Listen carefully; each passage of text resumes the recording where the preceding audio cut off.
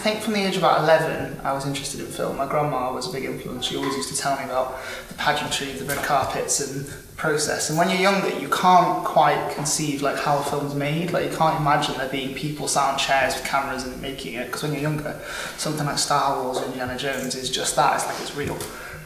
So it was always that sort of mystery that I was interested in. And then when I was about 13, I met one of my best friends called Tom Walters. And he had a camera, and because he was very tech savvy and still is, and he basically sort of showed me that it was possible to make films. Because I went round to his house one day after school when we were about 13, and he just went, "Do you want to make a film?" And I was like, "Yeah." And then since then I was like, "Oh my god, you can just do this." So since I was about 13, I've been making videos, none of which anyone could ever be allowed to see.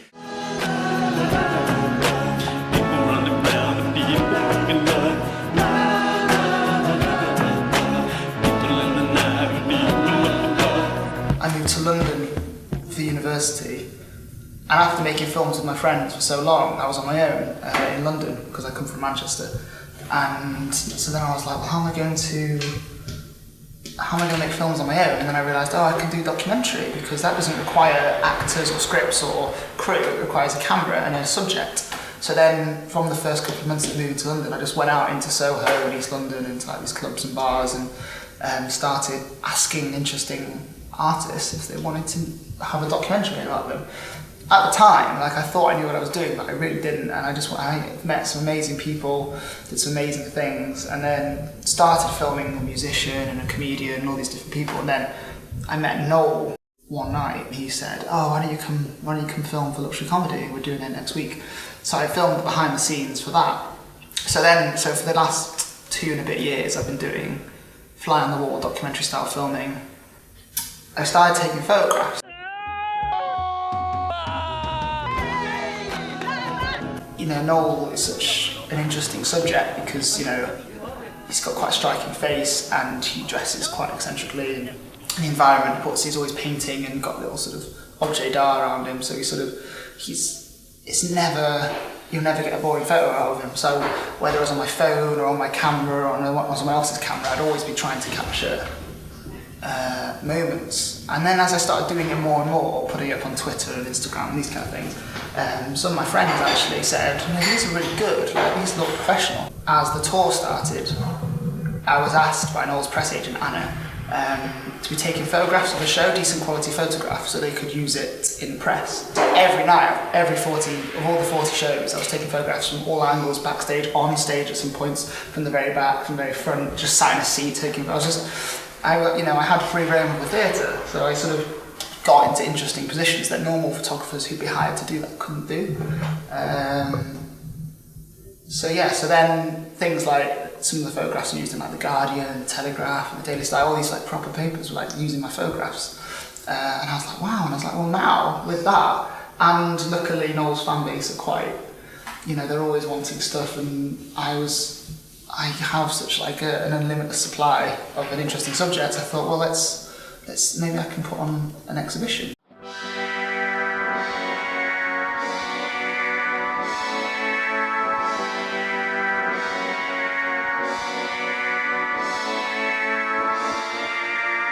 It's quite hard not to try and take that attention on board, because when you're my age, most people think the world revolves around you anyway. So when people start liking the things you're doing and telling you, oh, you know, you're amazing, it's sort of like, it's not good for your ego. So I've always seen it as not really fans of me, but fans of Noel, and I'm another outlet for them to sort of have an entry point, a different entry point, a new entry point from someone who's closer to their age, someone who is actually a fan, because I was a Mighty Boosh fan for, years.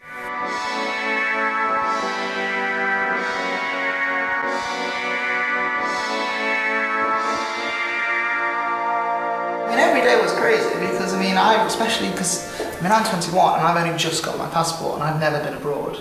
So that tour was the first time I actually left the island ever. you know, my family, we just didn't go on holidays really. It's like, it's not because I'm scared of, you know, foreign countries. It's just, so this tour, the craziest thing for me was going on a plane and going to Ireland, because I've never left the country. So for me, I was sat on the plane next to Tom and Mike, and they were like, "Are you okay?" Like holding my hand, I was like, "Oh my God, what's it like? What's it like?" So sort of, that excited me. I think my favourite day was luckily we landed on a day, the 3rd November, which is my birthday. We had a day off before and a day off after, so it was a day trip to Southend-on-Sea.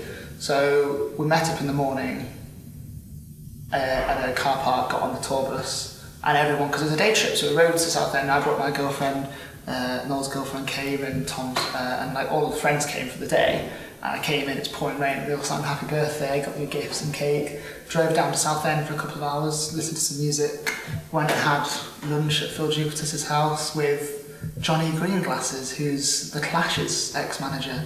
And so he's like a proper punk rock, like music tour manager. It was just really, really fun. So that was quite crazy, because it's just like, because your 21st birthday is meant to be like a big deal. So I was like, oh, I don't know what to do. So luckily that is something that you couldn't have planned, something no one else could have done for their 21st. Everyone tries to do something big. So like, it was with the people I wanted to spend it with. I had a really nice time.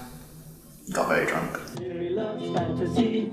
Oh yeah, he doesn't love reality. Oh no, luxury comedy. Oh yeah, watched by a minority. Oh no. Strangely, it was always comedians I've always really admired, more than sort of actors or musicians, because I do love my music, but I've got no musical talent at all. Like, I can't sing, I can't play an instrument, can't keep a beat, like, so. Whereas comedy, it's why I think it's so massive at the moment. You know, it's the next rock and roll, as everyone's saying, and why stand-up's so prevalent is because, you know, everyone's a comedian, because everyone wants to tell jokes to their friends in the pub, everyone wants to be funny and likes laughing. So there's no barrier, there's no sort of inaccessible stage you have to reach where you go. Whereas a musician, you have to be good at music. You know, Tim Minchin was really cool because he played a piano, so it was an element. Eddie Izzard, you know, was transvestite, so it was dressed as a woman, but was so cool, so you just sort of didn't care. So yeah, people like that. There are some musicians, like Adam, I'm a big fan of.